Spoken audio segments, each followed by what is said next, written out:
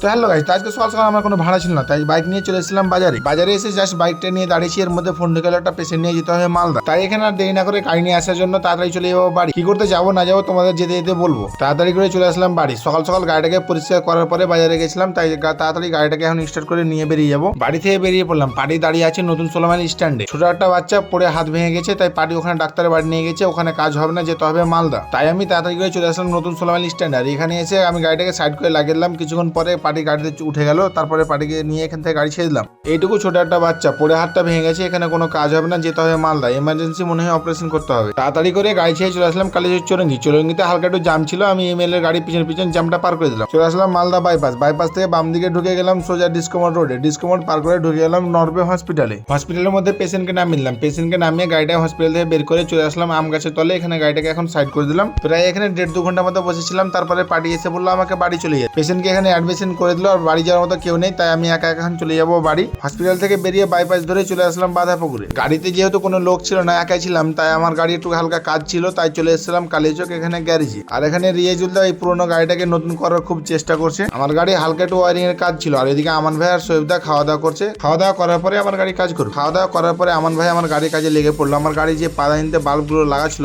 বাল্বগুলো কয়েকদিন হলো কেটে গেছে, মানে তারটা মোচড়া ধরে গেছে, তাই আমি তারটাকে চেঞ্জ করছি। প্রায় আধা ঘন্টার মধ্যে আমার গাড়ি তার আর বাল্ব লাগানোর কাজ সম্পূর্ণ কমপ্লিট হয়ে গেল। কাজ কাম কমপ্লিট করার পরে আমি এখান থেকে বেরিয়ে গেলাম। তারপরে চলে আসলাম 16 মাইল সানামলদার গ্যারেজ। এখানে মামুনদার গাড়ি কাজ করছে, মিঠুনদা পিছনের চাকার সাসপেন্সার সবকিছু কাজ চলছে মামুনদার গাড়ি। আর ওদিকে আমার এক্সপ্রেসকে উপরে লাগিয়ে দিয়েছি। মামুনদার গাড়ি কাজ করতে এখন লেট হবে, তাই আমি আর এখানে দেরি করবো না, এখান থেকে চলে যাবো বাড়ি। তো এখান থেকে গাড়িটাকে নিয়ে বেরিয়ে পড়লাম বাড়ি যাওয়ার জন্য। তো গাইজ আজকের মতো ব্লগ ভিডিওটা এখানে শেষ করছি। দেখা হবে আবার নেক্সট কোন নতুন ব্লগ ভিডিওতে। আর ভিডিওটা কেমন লাগলো না লাগলো অবশ্যই তোমরা কমেন্ট করে জানাতে ভুলবে না। ভিডিওটা ভালো লাগলে অবশ্যই লাইক শেয়ার করতে ভুলবে না। আর প্রতিদিন এরকম ভিডিও দেখার জন্য কারিম এক্সপ্রেস চ্যানেলটিকে সাবস্ক্রাইব করতে ভুলবে না। আর ফেসবুকে দেখলে অবশ্যই পেজটিকে ফলো করে নিবা।